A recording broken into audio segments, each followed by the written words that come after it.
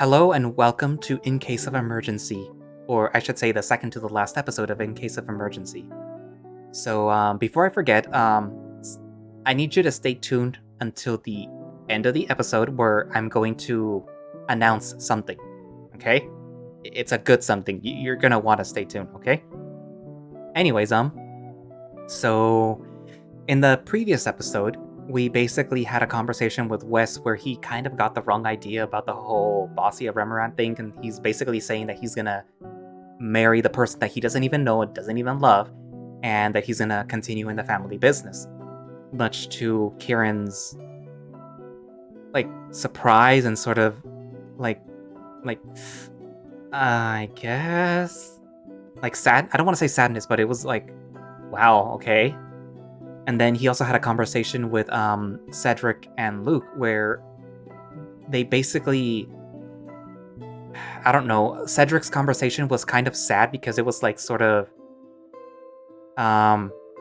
like he didn't feel good that Kieran basically found his way to this world because they had grown apart, and it's normal for friends to grow apart, but it's like, oh, you're here now, so okay.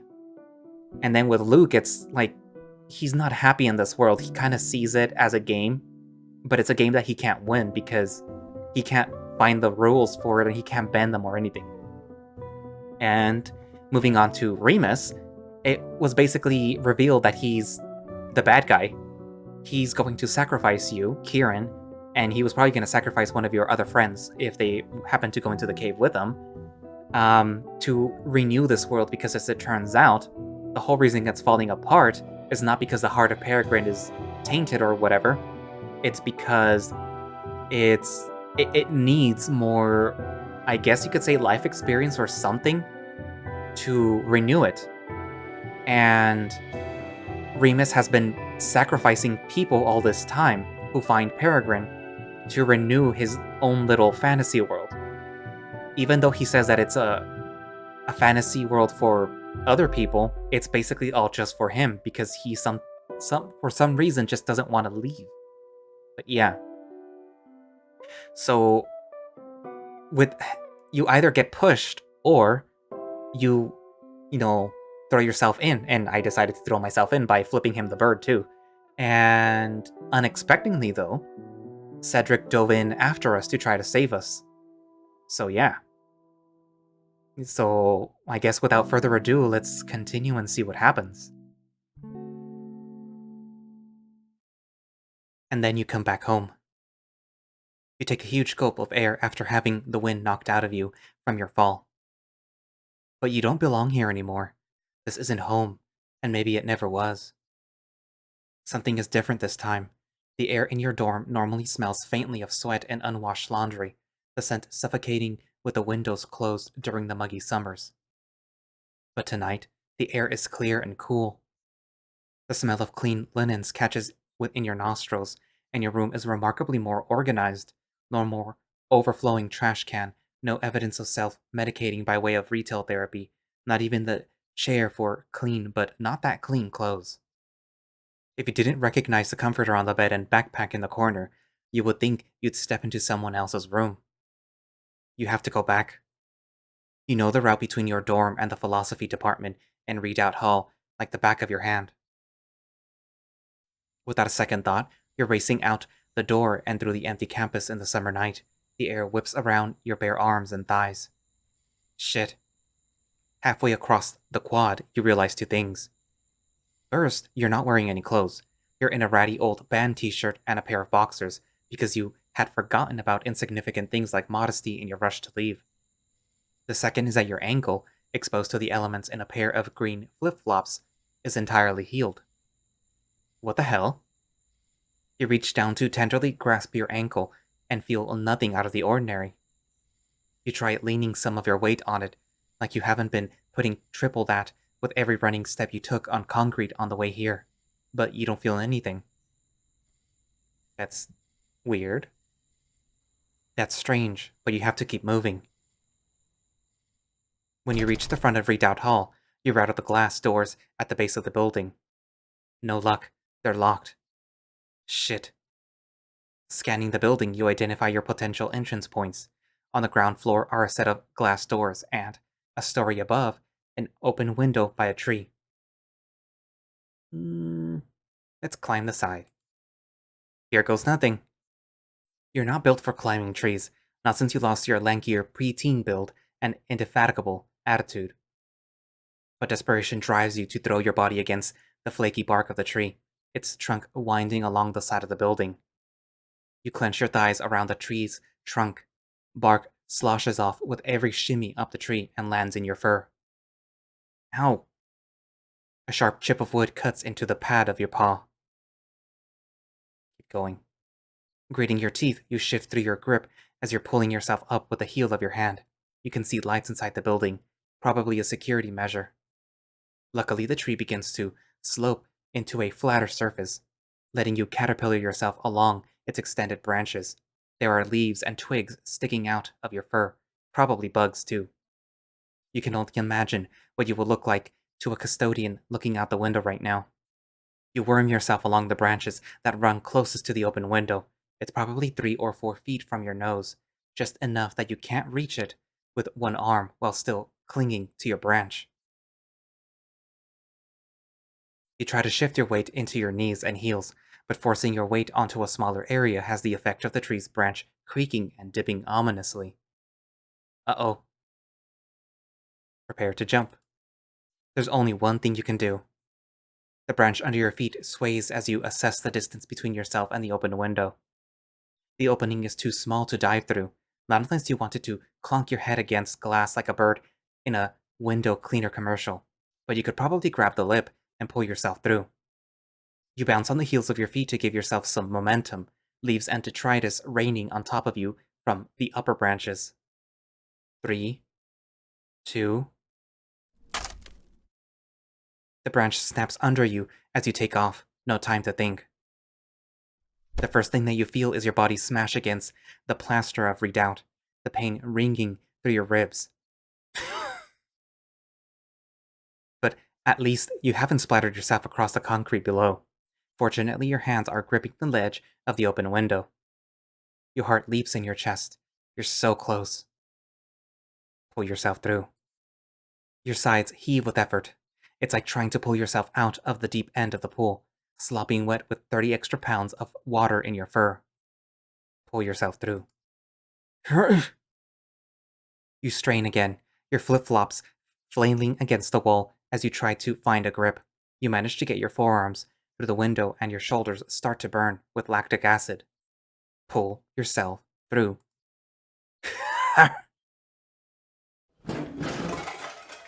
You channel every huge guy at the gym who grunts louder than the sound of their barbells hitting the floor.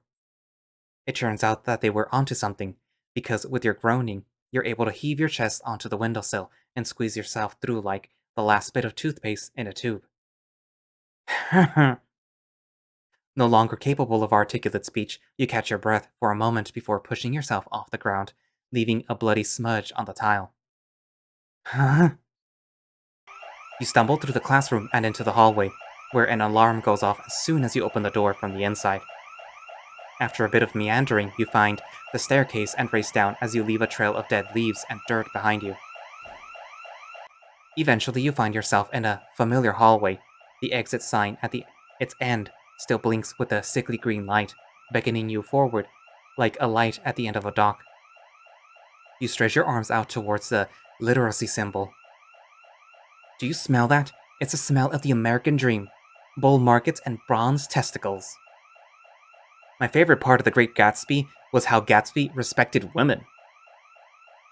The hetero-mnemonical quest for a symbolic literacy truth is so last century. In this essay, I read that the homosocial bond between Jay Gatsby and Nick Carraway through the lenses of a queer theory, a post-structuralist framework put forward by scholars such as... Eventually, you reach the emergency exit, and your hands close around the cold metal of the handle. You exhale. This is it. You need the door to open. You've never needed anything in your life more badly. If this lock doesn't give, you're almost afraid to try. It strikes you that it might be better to never know than to know for certain. Try the door. You push the door forward. It doesn't budge. Try the door. Maybe you misread. Maybe you had to pull the door. You try pulling the door this time, but the door rattles uselessly in place. Try the door. You start throwing your body against it helplessly, each slam echoing through the empty hallway. Fuck, fuck, fuck! Kieran? I haven't done anything wrong. You try to make words with mouth, but word no come out. Abbott cringes like you might be patient 0 of the zombie apocalypse, and you're about to turn him into patient number 1. Are you alright? You clear your throat as memories of being a functioning member of society come back to you. The first feeling to return is the hot flush of shame. Yes, I was just looking for the bathroom. I just had to use the bathroom and I was in the area, so... Again? In the silence, you swear you hear a drop of your own blood fall to the ground. Abbott looks down the hallway, where you've left a trail of leaves and dirt along the carpet. The security alarm blares in the distance. I see.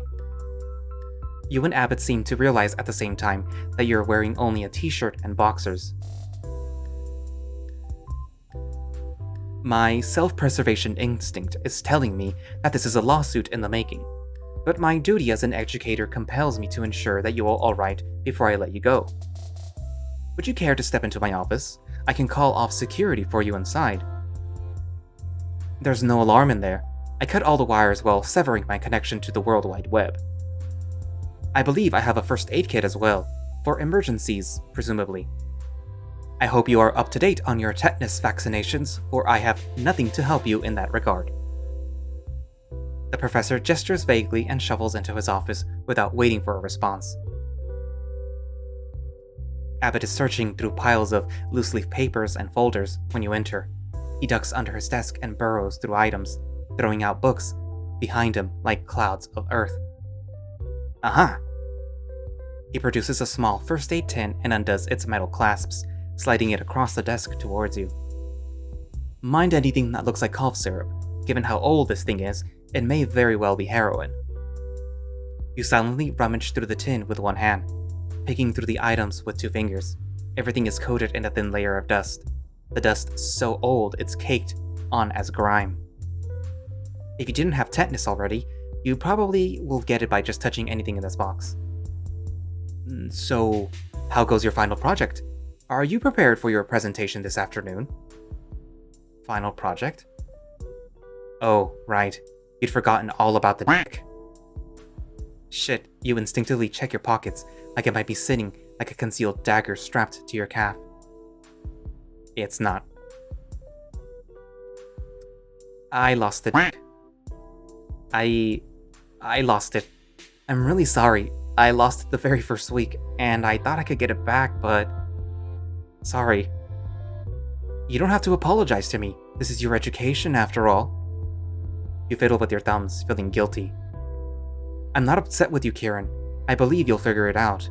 And if not, well... Abbott shrugs cryptically. Perhaps you'll find something outside the classroom that can help you. I know I enjoy going for a walk off campus when I'm stuck mulling over a problem. What? Downtown. Lovely stores out there, a great variety of goods one can purchase by exchanging money for. Speaking of which, I hear that congratulations are in order. You've secured a job, haven't you? Oh, the assistant internship? It's possible that the version of you that stayed behind submitted an application and got the job. You've been so busy that it had completely slipped your mind. No, a proper full-time job. Perhaps in marketing? He taps his chin in thought. Did you know, Kieran, I've been on this campus for 25 years now. I did both my undergraduate and graduate work at Corinth.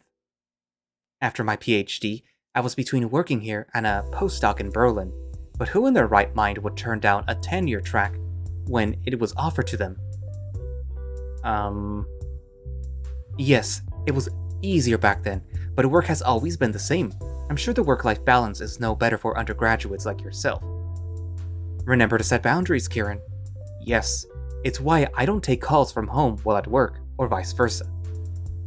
You wonder if that's why he's still in his office in the middle of the night. Perhaps it's preferable to whatever's at home. You can still hear the alarms blaring out in the hallway. Sorry, did you say that you could call off the security from here? Oh, yes. He slides open a drawer in his desk and begins removing items. A stack of stapled papers, a black stapler with a chipped paint job, a smattering of ballpoint pens. This was the result of a long and protracted fight between myself and the administration. We had to compromise, eventually, as one must always do, office politics and all that. I was allowed to have all emails faxed and mailed to my box in the department office, and in exchange, they would let me throw my personal computer out the window. For some reason I cannot fathom, they forced me to keep an emergency landline connected to campus security and emergency services. I tried getting rid of it several times, but alas. Finally, out of his desk, Abbott produces a red landline phone and picks up the headset, like he's about to make a call. You know, the philosopher Lao Tzu had a metaphor involving rivers and rocks. No matter how immovable a rock, the river would always wear it down, grinding it down into sand and then dust. Water is soft, but it can be stronger than rock. Don't be a rock, Kieran. The river, that is, the oppressive forces of workplace bureaucracy, will always win. Okay? Okay? Abbott looks you dead in the eye with more intensity than you've ever seen, like he's trying to impart some secret message by beaming it directly into your brain. Finally, he leans back and turns his attention to his phone's dial pad. Ah, forgive me, you needed me to call off the alarm. Hello? Yes? This is Redoubt Hall B101. I'm calling about an alarm that went off. As Abbott speaks on the phone, you spy a photo peeking out of the stack of papers on his desk. You look closer and clock it as a faded Polaroid. In the foreground is a birthday cake with 6 candles. Behind the cake is a man and a woman hovering over their son, wrapped in a bedsheet fashioned to resemble a toga. You recognize the boy in the picture. It's Remus. No, wait, it's Abbott. No, it's... Other problems? Well, I do have a table whose legs are about as rickety as Abram Gary's grasp on semiotics, but other than that... No, thank you. Have a good night. Abbott hangs up the phone, and the alarms in the hallway shortly shut off. It's done. We are finally free from that incessant droning. After spending several weeks in Peregrine, you recognize something familiar in Abbott, hidden under the years of neglected self-care and chronic departmental underfunding. Is that your family in that picture? Abbott adjusts his glasses as he plucks the Polaroid from the stack. Ah, yes, my 6th birthday. I believe my parents dressed me as Socrates. The full cult costume became much less entertaining once I grew a full head of hair. You didn't have any siblings, did you? Several unremarkable cousins and an estranged aunt, but no siblings to speak of. Why do you ask? I just thought... I could have sworn I knew someone that could have been your brother. Abbott frowns. I'm quite sure of my own upbringing, though I'm sure my parents would have been delighted to have a second son. We could have had matching names. It's a wonder and a miracle I wasn't named Cain. I'm certain I would have internalized such a nomination for the worst. Abbott taps his chin in thought. Though, of course, one could certainly do worse than feeling destined to found a new land. Perhaps that was for the better. I was an imaginative child, after all. You can tell that he's already ramping up to telling another story, whether or not you're actually listening. When I was 10, my parents left me behind on a business trip. I stayed with my forgetful grandmother who slept all day.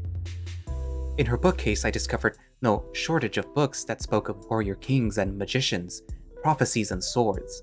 They delighted me to no end. The most powerful realization I had was that these were just manipulations of the written word, like any other. If I wanted, I realized I could create my own world out of the very same stuff. So I did. I scrawled out the details of my very own fantasy world across the walls of my grandmother's dining room. It was a beautiful map, lovingly rendered, with the sporadic attention to detail only a 10-year-old could muster. I don't remember much of it now. There was such a rich tapestry of lore and story, too. Of course, it mattered to no one but myself. I spent much of my years in secondary school certain I would write a series of fantasy novels. What happened? I grew up. I remember... Abbott smiles for what feels like the first time since you've met him. What silly things I thought of as a child. There was...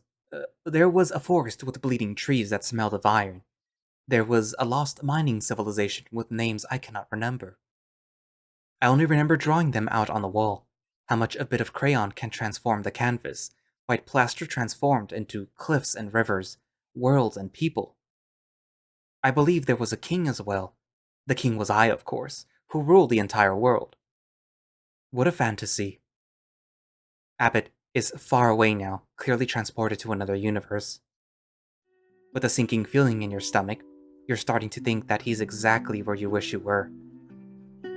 What was this world called? Abbott cocks his head, like he's been pulled out of these memories. The world. I don't... His eyes light up as he remembers.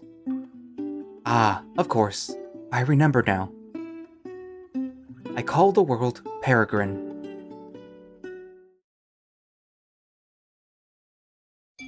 You wake up in your dorm room bed. A part of you had hoped that this had all been a mistake, that the past day had been an elaborate dream, and that you'd wake up back in the real world. You'd wake up under the covers in that tavern in Peregrine, and then you'd continue on the journey you've been planning for weeks. But instead, you're still here in this dorm that's yours but not yours, wearing the clothes of a more responsible version of yourself. The chirping of your alarm feels increasingly like it's mocking you. Somehow, you've become the person left behind, only it's worse for you because you're burdened with the knowledge that there's a better world out there. You slide off of your bed, letting yourself collapse to the floor like a rag doll. Everything sucks. You drag yourself across the room with your elbows, protesting the unfairness of the world by refusing to stand on 2 feet. You shuck on a proper t-shirt and shorts without getting up until you have to pull yourself up by holding onto your doorknob and sliding your body upright like a slug along the door. Life 1. Kieran 0. You walk aimlessly outside without any direction. Maybe you'll join a traveling circus troupe, or maybe you'll be stuck in a cubicle working for the man. Maybe you'll find a sugar daddy with a kink for unemployed young adults in an arrested state of development. Eventually, the sharp uptick in cars actually stopping at the stop signs informs you that you're no longer at the Corinth campus. Without looking, you're somehow made it into the city. Didn't Professor Abbott tell you to get off campus? Maybe he was just telling you to go outside. A number of stores line the streets, inviting you to spend money in their establishments. You wonder how much money the other you has made while you romped and caroused through Peregrine. You could go shopping. Talk about being alienated from your labor. You pass by several stores, clothing shops, dyeing bookstores, restaurants, but you find your feet parked in front of an adult store, harness-wearing mannequins beckoning you to from the front window. Several goods are scattered across the back curtain, draped under a display. Fuzzy handcuffs, DVDs with poorly designed covers, dildos, lacy lingerie. Wait a minute. Propped up against the mannequin's leather boot is a plastic package, advertising realistic veins and body-safe silicone. Encased in the packaging is a hot pink dildo. It's the hot pink dildo. Something clicks in your mind. You burst into the store with the kind of enthusiasm that would probably alarm anyone working the register. Least of all, someone in a store selling butt plugs and studded whips. You don't know why you thought the dick was one of a kind. Of course you could have always bought another one. Who would have known the difference? You chuckle to yourself in the middle of the sex toy aisle as you spot an entire row of dicks. The sight is so funny that you laugh again. And again. And again, until you're having a full-blown laughing fit come breakdown in the middle of the store. The employee working the register doesn't even blink as he rings up your purchase. I'm sorry about the laughter. I thought it was funny. It doesn't mean anything, you know? I thought it was the most important thing in the world, then I realized I could have just bought it here the whole time. Do you think that was the point? That this was a lesson I was supposed to learn? This means I'm free now, right? I'm free. This is it. This is all it ever was.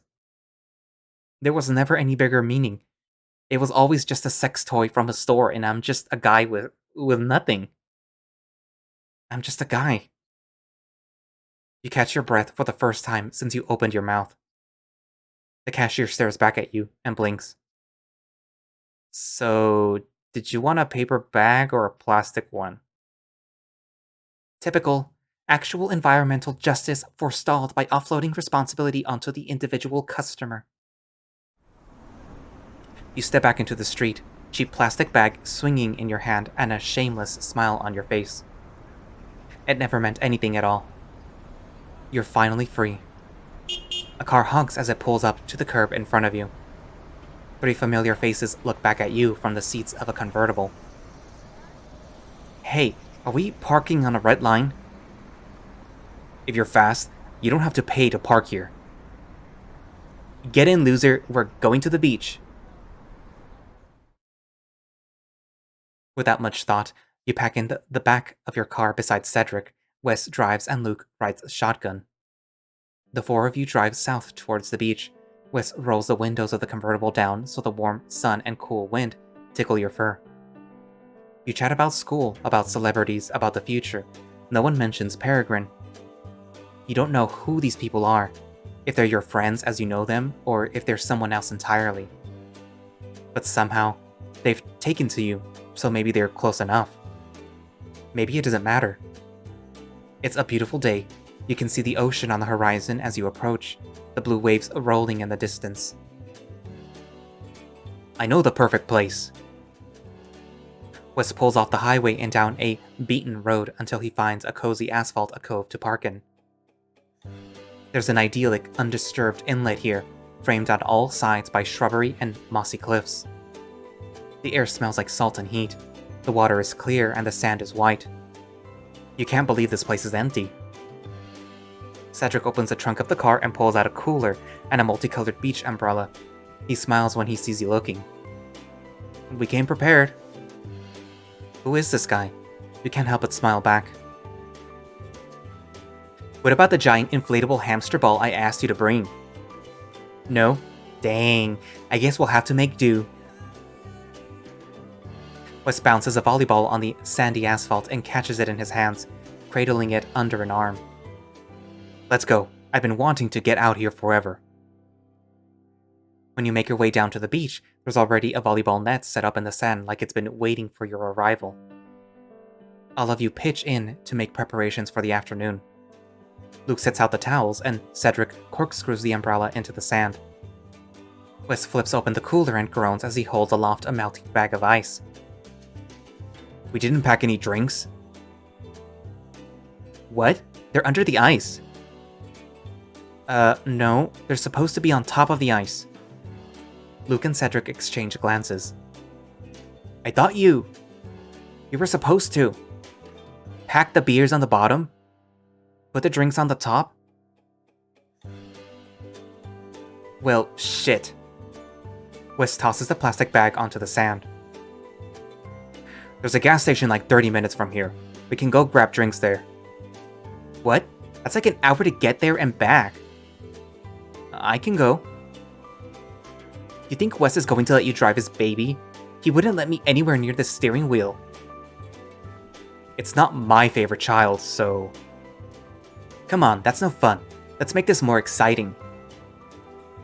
What if we played to see who had to go? 2v2? Losing team picks up the beer? It's not that big of a deal, really. I can go. Why? Chicken? No. What's that? Bok bok bok? Come on, man. That's offensive.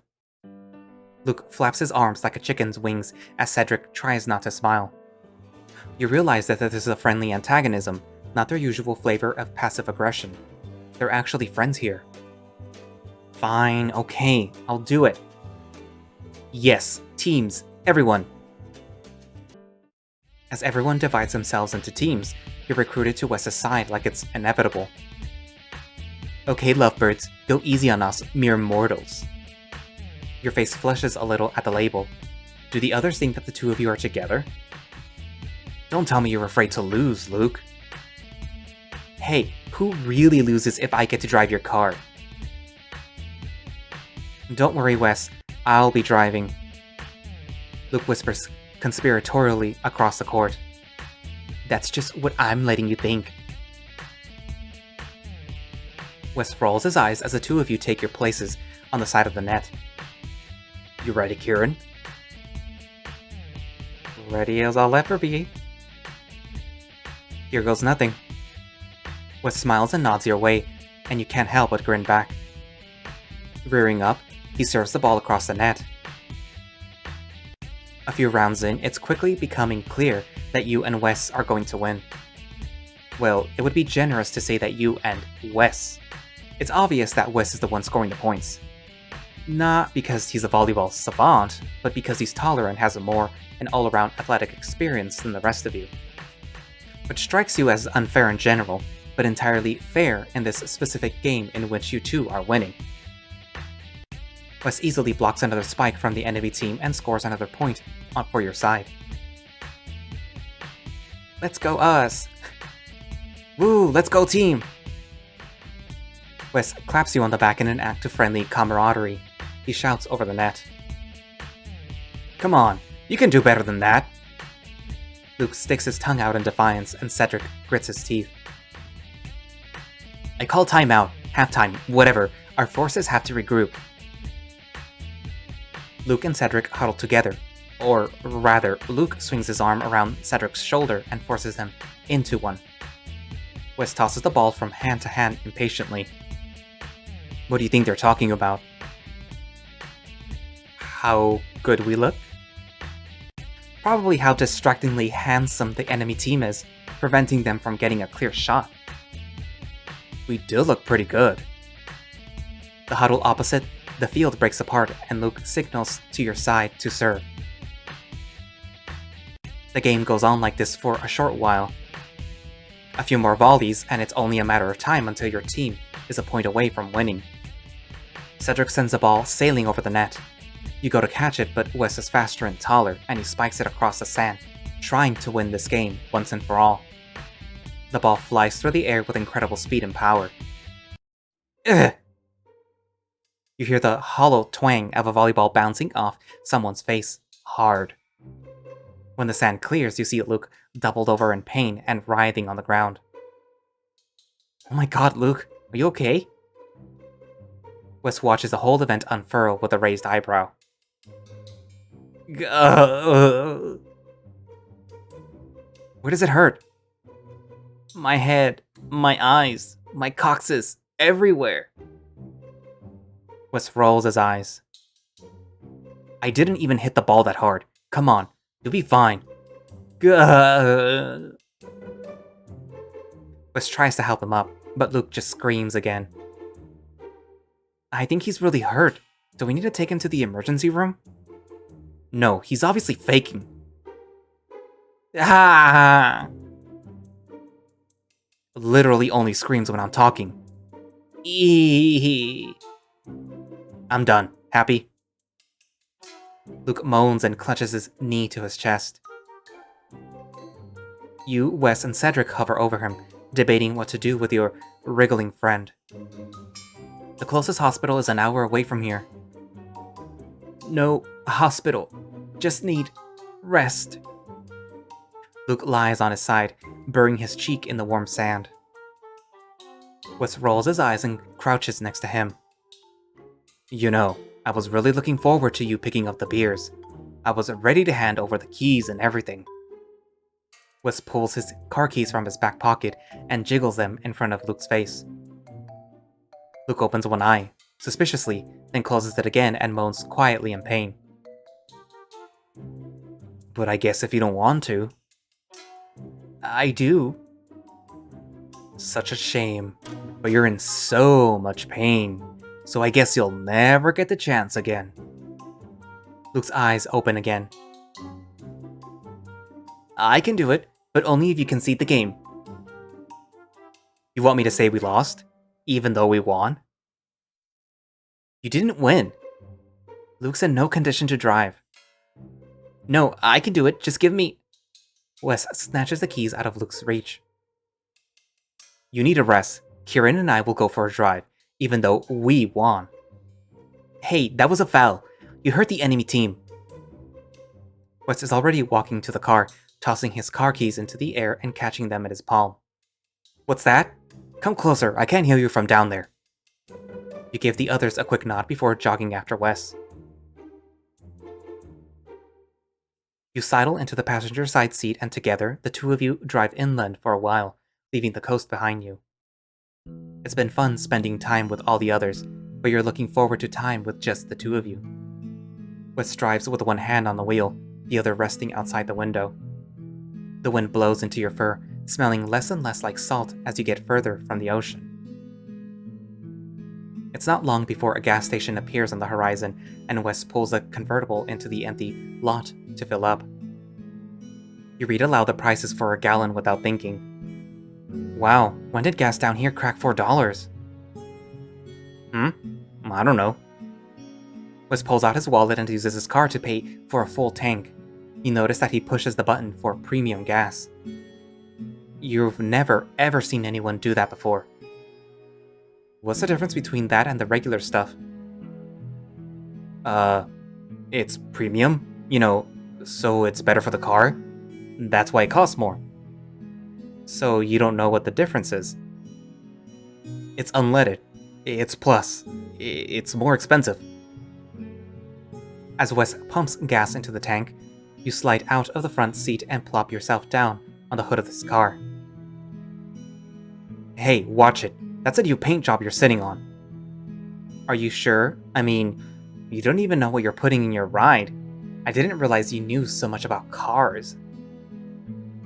Don't make me come over there. What are you going to do to me? Spray me with premium unleaded gas? Wes mercifully doesn't take your bait, but instead angles himself so that he's standing over where you're seated, arms crossed. Kieran, you're lucky you're cute. Really? How cute? Wes takes another step closer to you, one leg between your knees. You want me to show you? Your mouth goes dry as he leans forward into your space, his hands flanking your hips as he shifts his weight onto the hood of the car. You feel the car dip ever so slightly under you. Your heart skips a beat, and your face feels warm. Somewhere in the back of your mind, there's a feeling of unease, but the feeling comes through murky, like a garbled broadcast from the bottom of the ocean. The clink of the gas pump signals that the fuel tank is full, and Wes gives you an obvious once-over before pushing himself off the car. His tail flicks across your knee as he leaves to remove the gas nozzle. What a tease. Let's ditch those other guys. We can drive into the city, catch a movie, grab dinner. Wes slots the nozzle back into the gas pump, wiping his hands against the sides of his pants. There's a restaurant where you normally have to make a reservation months in advance, but I know the owner. Well, he knows my dad, and I could get us a table at 7 with a phone call right now. You think you can buy your way into my pants with dinner and a show? There's unlimited bread baskets. I'm sold. Wes laughs, relaxed and unguarded. And then, what are we gonna do after dinner? Well, whatever you want. Wes smirks, but his expression is sincere. We can grab a hotel room if that's what you want. He raises his eyebrows suggestively at this. But we could also take the yacht out for a spin, or go bar hopping, or just walk around the city, or catch a movie. Whatever you want. The night's yours. What do you want, Kieran? You blink, caught off guard. What do you want? You don't know why, but the question strokes an amber of anxiety in your stomach. You push away your unease, reminding yourself that there's no need to ruin a perfectly good day. This is what you want. Unfortunately, I'm not sure Cedric and Luke could survive without us for very long. You chuckle and push yourself off the hood of the car. Also, we'd be stranding them without a car. Wes laughs, and his arm brushes yours as he starts towards the gas station convenience store. Some other time, then. Somehow, you believe him. Right now, it feels like you have nothing in the world but time. As the two of you go to buy the beers, the conversation turns towards the likelihood that you'll be returning to a Lord of the Flies situation on the beach. The conclusion that it would be a greater than zero possibility is enough to encourage you to drive back as quickly as possible. Around an impromptu campfire, you retrieve the graham crackers and marshmallows from the back of the car. The four of you make s'mores and watch the sun set, the sand still warm from the afternoon sun. You laugh and share stories around the fire as you drink. You feel lighthearted and giddy, the alcohol providing a pleasant buzz and letting you escape your own mind for once. After an evening of talking and drinking, everyone seems to fall asleep except for you and Wes. Wes helps you up to your feet, and the two of you sneak away to go for a walk along the shore. You lean against him as you walk, not drunk enough to actually need help, but just drunk enough that you have an excuse to be clingy. Wes doesn't mind, letting your footsteps intermingle in the sand. Do you have a dream, Kieran? What, like a life dream? Like I want to be a dancer or a poet or a shepherd in the Andes? Yeah, you know. Like something you're not going to ever have, but you want anyways. I mean, I want money, but I guess for Kieran, not really. No, why would I bother wanting something I can't have? You never wanted to fly or shoot lasers from your eyes? Maybe when I was 5. Once I turned 6, I resigned myself to dying alone in a shitty apartment without a retirement plan. Wes laughs, his shoulder gently knocking against yours as you walk, your arms brushing against each other with every step. I don't know, sometimes I feel like everything leaves me feeling empty eventually. Like I could get everything I ever wanted, but that wouldn't really make me happy either, so I constantly just look for the next thing. You chuckle self-consciously, feeling yourself sober a little in the cool night air. Is that dumb? That's dumb. Maybe I should have just asked for more wishes or eternal life or a jet ski. Your head clears just enough to remind you that you and Wes are something. Not quite an item, not quite not an item. Whatever it is, it's still tender enough that you're afraid of losing it to a misstep, and that makes it all the more exciting. Sometimes I feel the same way, but that doesn't stop me from wanting things anymore. Wanting things like what? Well, right now. Wes slowly comes to a stop. You have to turn to face him, and it's hard to make out his expression in the moonlight. His hand brushes against your cheek, cupping your jaw. Right now, I really want to kiss you. He always had such a way with words. Your wish is my command. Well, paint me blue and stuff me in a bottle because... Wes kisses you. He's slow at first, a perfect gentleman, one hand cupping your jaw and the soft side of his lips against yours. His other hand finds your waist and reaches around to the small of your back.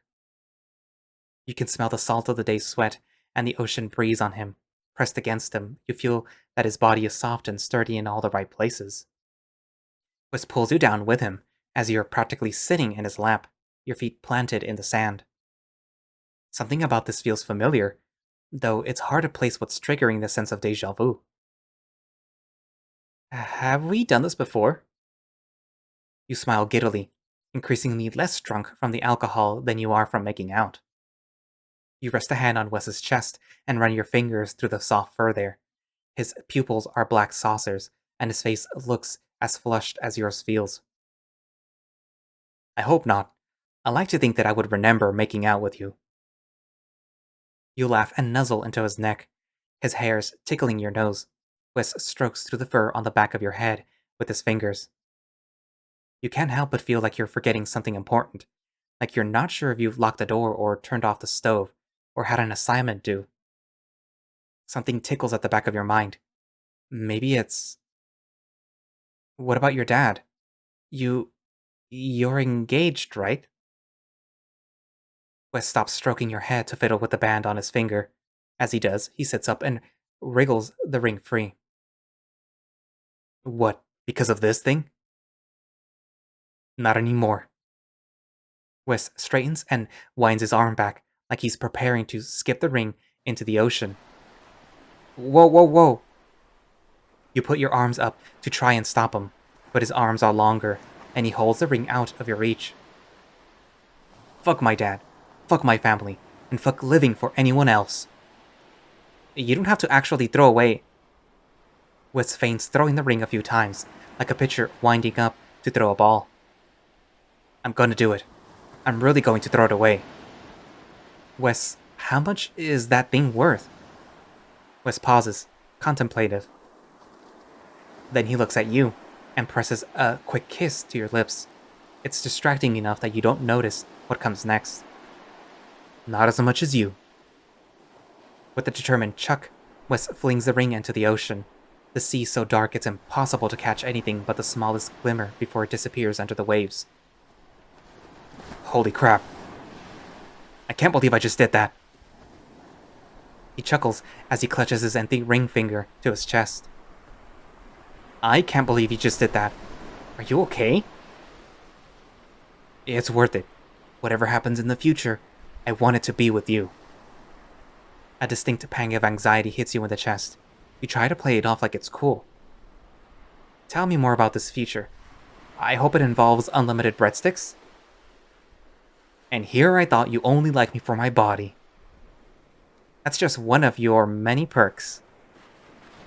Your mouth stretches into a huge smile, feeling lightheaded by this turn of events. You don't know what to do but crush your lips against his, pushing him onto his back on the sand. Wes' hands roams down your lower back, sliding into the back pocket of your shorts and squeezing your ass. His chest rumbles with joy as you kiss him. You're definitely exchanging some sand between your mouths, but you're too happy to care. This crazy, stupid, reckless man. It's getting harder to think, to recognize the lines between your own memories and someone else's.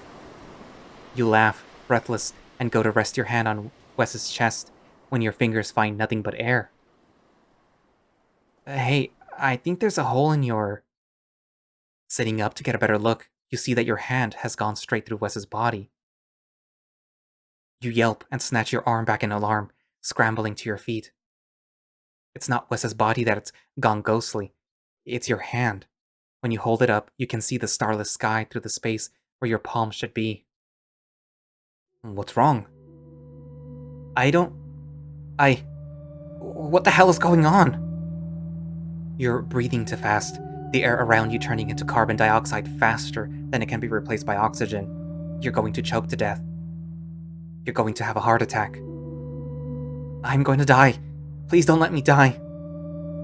Out of the corner of your eye, you spot something that makes your heart plummet, like spotting a hidden apparition in a family photo. Lying on the west shore, like it was swept in by the evening tide, is the There's no mistaking that hot pink silicone body, ribbed and veiny, scuffed and damaged, like the real one you lost those weeks ago. Hey, Kieran, is everything okay? Please look at me. Wes gently shakes your shoulders, his eyes round with concern. Walk towards the deck. You take a step towards the beach, though. A flash of pain lances up your ankle. It's coming back to you now, the pieces falling together. Of course you were never sent back to the real world. If the deck is here, that means... I'm still in the void. This isn't real. Can we talk about this? Take another step. As you stumble towards the deck, the pain in your leg tells you you're making the right choice. He's not real. None of this is. Kieran, please. The deck lies at your feet, waiting for you to pick it up. Whether it's calling you or taunting you, you can't tell. Reach for it. You reach for the deck in the sand. You wish you could say that your body moves on its own accord, but the truth is that it's much more difficult. The world seems to still as your hand stretches out for the item. The waves slow in the middle of their crest, and the clouds freeze in the sky. But the fog around your mind starts to lift, and it's all starting to come back. The night in the tavern, the talk by the creek, falling into the void.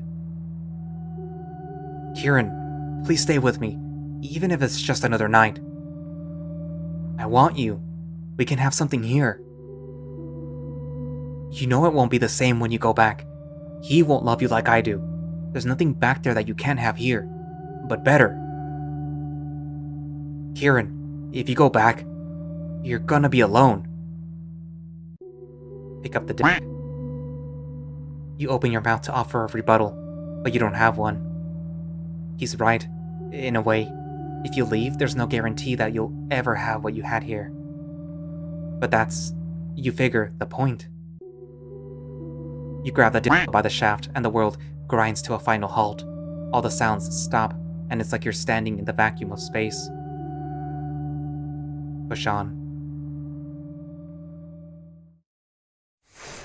You limp into the void, dildo still clutched in one hand, leaving behind everything you wanted for a chance at something, anything else.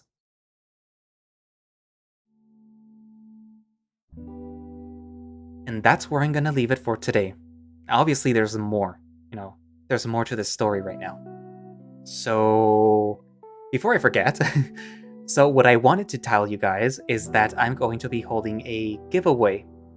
I don't know if you guys follow the In Case of Emergency Twitter page, like you guys should. But the creator announced that he made a sort of art book where he has sketches and then works in progress of certain scenes and other little things like profiles for the characters in it. And I bought one for myself and I liked it. And I decided that I kind of wanted to give away a copy of this art book to someone else, one of my subscribers, with the express permission of the creator, because I did ask for permission. So yeah. So I have a copy that I am going to give away to one of you. So in order to get this copy, you guys have to comment in the comments section what you liked most about this story. Obviously you haven't seen the ending, but you do have until Friday to comment something. But you do have to be a subscriber. And how do I know you're a subscriber? Because I see a little red box next to your name. So in the comments, you're going to write down what you liked most about In Case of Emergency. And it can be anything from the characters to the plot to the way it unravels and everything. Or, yeah, anything. But again, you have to be a subscriber. Not only that though, but in your profile, there does have to be some form of contact to get a hold of you. So if you have a Twitter, you can actually, in your profile, put your Twitter link to so that I can, get a hold of you.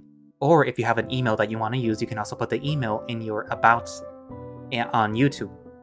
And if I'm smart, then I will probably show you how to do it. But unfortunately, I'm probably going to forget to do it.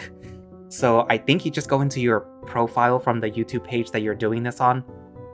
You go into settings, or you go to YouTube Studio, even if you don't have a content on your channel. And you just put in... let me see if I can see it right now real quick. Come on, I should have you open. Continue to Studio.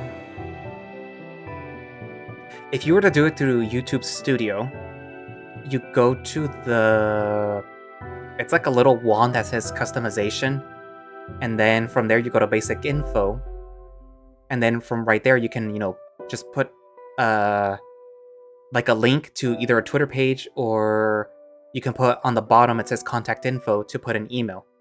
From there, I can get a hold of you and, tell you hey, you won. Congratulations. Here's your art book of In Case of Emergency. And this will also help in the future if I decide to do any other raffles. Because otherwise, YouTube doesn't have a way to, let me get a hold of people. So there used to be in the past a chat function, but unfortunately that doesn't exist anymore. But yeah, anyways, so you gotta do that. Also, what do you guys think is gonna happen in the finale of In Case of Emergency? Because obviously Wes is gonna be stuck in his own little world. And I guess I personally like this story because it kind of shows that there's sometimes we kind of go into our own little worlds where everything is perfect, or we're living out like this fantasy medieval life, or like steampunk or sci-fi world or whatever. Kind of like when you're a kid and you're on a long car ride and you're staring out the window and you're just imagining things like happening outside that window in order to, keep your bored brain preoccupied. Because I even right now I still do that sometimes when somebody else is driving. But yeah, uh, and in Peregrine is Remus or Abbott. I don't know if Abbott is actually Remus, but this is his fantasy world. And I'm not sure if what the story was trying to tell us is that Remus was sort of like that latchkey child with parents that, go off and do their own thing and leave the kid behind. So Peregrine became his sort of world to entertain himself, but he kind of got stuck there and didn't know how to leave. So now all he does in order to keep this dream world going well into his, senior years, is basically like 50 or 60 years old now, is he sacrifices people to keep this dream going. Again, making the connection with, Final Fantasy X, in which a person has to be sacrificed in order to keep the dream going. But yeah. So, yeah. Comments again. Write down what you think. I am sad to see this series end because I actually got attached to the characters. I like Wes, obviously I like Tigers, but I like how well written he's written. And, so yeah, comments, write down what you think, along with, giveaway specific thing. But yeah, thank you all for watching / listening. If you would like to play In Case of Emergency yourself and find out what happens, you can do so by going over to the itch page, and there will be a direct link to it from the In Case of Emergency Twitter page, which I will link down in the description. And you can support In Case of Emergency by buying the art book yourself. Well, actually not buying, because all you have to do is donate $5 or more. I'm donating more, obviously.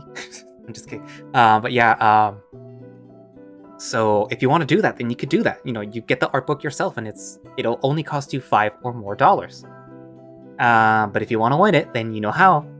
Comment, be a subscriber, and put your contact information on your YouTube page so that I can get a hold of you. But yeah, and don't put it in the comments, please, because I don't want you to get spammed. Okay, please don't do that. I mean, it would help, but it's also a good way to get spam. So just put it on your YouTube page, and then after the giveaway, then I guess you could remove it. It's fine, don't worry.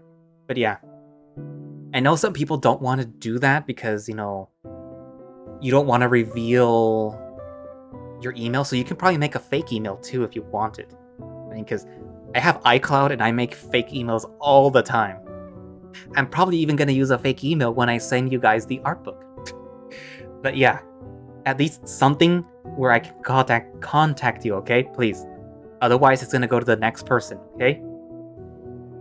But yeah, so I guess that's it for now, and I'll see you guys in the conclusion of In Case of Emergency. Also, I am very sorry to the person that's waiting for Crash Landing. I promise it will come out Monday or Wednesday of next week, because I am also waiting for Remember the Flowers interlude to go out, so that me and Orion can record the lines for that. But yeah, anyways, so you don't have long to wait. It was supposed to come out on Wednesday today, but it didn't, because this came out, and I'm excited for this. But yeah, anywho, so I'll see you guys in the next episode. Bye-bye.